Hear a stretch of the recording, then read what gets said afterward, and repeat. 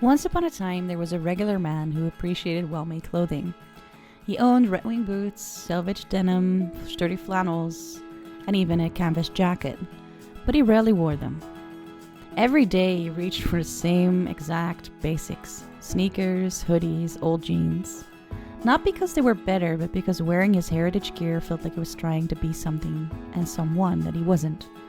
But one day, he looked at his closet and thought, why am I letting these great pieces collect dust? Doesn't make any sense. I bought them because they are built to last, not because I wanted to pretend like I work in a cabin. And because of that, he started rethinking how he wore them. Not as a look, but as everyday clothing.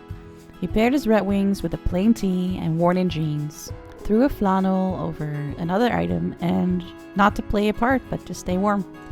And it sort of worked for him. And because of that, the pressure to dress the part disappeared. The clothes felt like his, not some costume. And he realized that it wasn't about dressing like a lumberjack. It was about wearing gear made for real life. And because of that, he wore his boots more often. The denim softened and faded with use. His jacket picked up creases, scuffs, and stories, and he started to look more like himself. Someone grounded, capable, intentional, not overly styled. Until finally, getting dressed didn't feel like a decision. He had what he needed and it worked, and he could just put it on. It wasn't flashy, just solid, simple, real. And ever since then, he's leaned into what he already owns, not to impress, not to cosplay, but because quality clothes more naturally will always look good. Raw denim isn't just jeans. It's a conversation, and if you can't really speak it, you're missing half the culture. These two boots are the same model, but only one tells a story, and by the end of this video, you'll not only understand why, you'll also know how to craft that story yourself, and sound fluent doing it. As everyone is talking about red-wing boots and selvage jeans, but no one's teaching anyone how to talk about them, this is where I come in. I'm a language and communication trainer and work with adults. So I work with adults who are seeking to communicate more effectively in a particular domain or setting. So whether you're wearing your first pair of Mocs or saving for some samurai jeans, I'll teach you the words, phrases, and the language that reflects the mindset that you would need to be able to sound like someone who would just fit in this community, if that's something you're looking for. Let's go. All right, quiz time. What kind of fashion focuses on tradition and craftsmanship? Heritage, workwear, or rugged? Next question. Which fashion style uses clothing originally made for labor? Heritage, workwear, or rugged? And finally, what fashion style combines history, workwear, and rebellious style? Heritage, workwear, or rugged? Alright, let's discuss the answers. So heritage is fashion that focuses on tradition and craftsmanship. Workwear uses clothes originally made for labor. And rugged style is a combination of history, workwear, and it results in a rebellious style.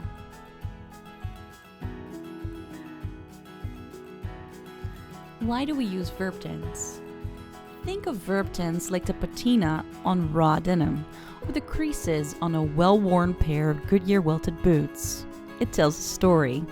In language, verb tenses track when an action takes place. It's what an audience notices as well when they listen to your story. They focus on the verb tenses. Just like a fade pattern tells you how long or how hard a pair of jeans has been worn, verb tenses reveal whether something's happening now, already happened, or will happen down the road. Let's look at this. An example. He walks to the shop. The little S on walk, it's a selfish line, subtle, but packed with meaning. So it means this is a fact in the present, and one person's doing it, and that person is a man. That's present tense. We could also say he's walking to the shop. Is walking. The little is plus the ing ending at the end of the verb, that is a selvage line as well, and that indicates a present continuous. It's happening right now, It's temporary, so it happens until the person arrives at the shop. And it's one person doing it, and again, it's a male or man, if you will. So, whereas the selvage line is something that could be broken, verbs are built to last, so they change over time, just like how leather gets richer or how denim softens and molds through your body.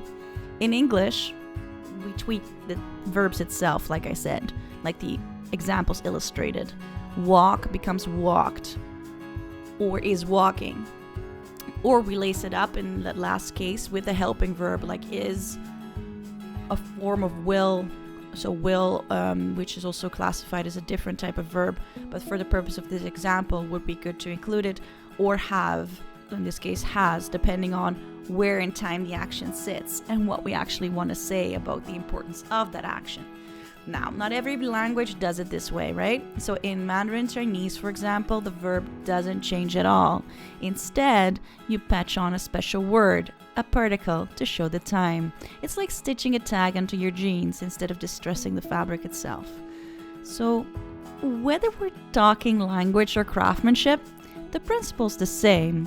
Details matter, effective communication matters, and time always leaves its mark.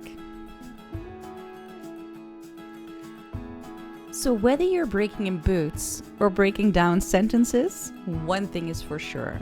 Tense tells a story, and just like every good pair of jeans has its stages, raw, soaked, faded, and repaired, every verb has its own moment in time. So over the next few sessions, we're going to dive deeper. We'll talk through each verb tense, past, present, and future, from simple and clean to perfectly worn in to the continuous and still unfolding. Each one carries its own wear, its own kind of wear. So each one reveals not just what happened, but also how it happened and how long it's been happening. So roll up your cuffs, grab your notebook and your stitch kit, and join us for a series built to last. The Verb Tense Series, crafted for clarity, worn with purpose.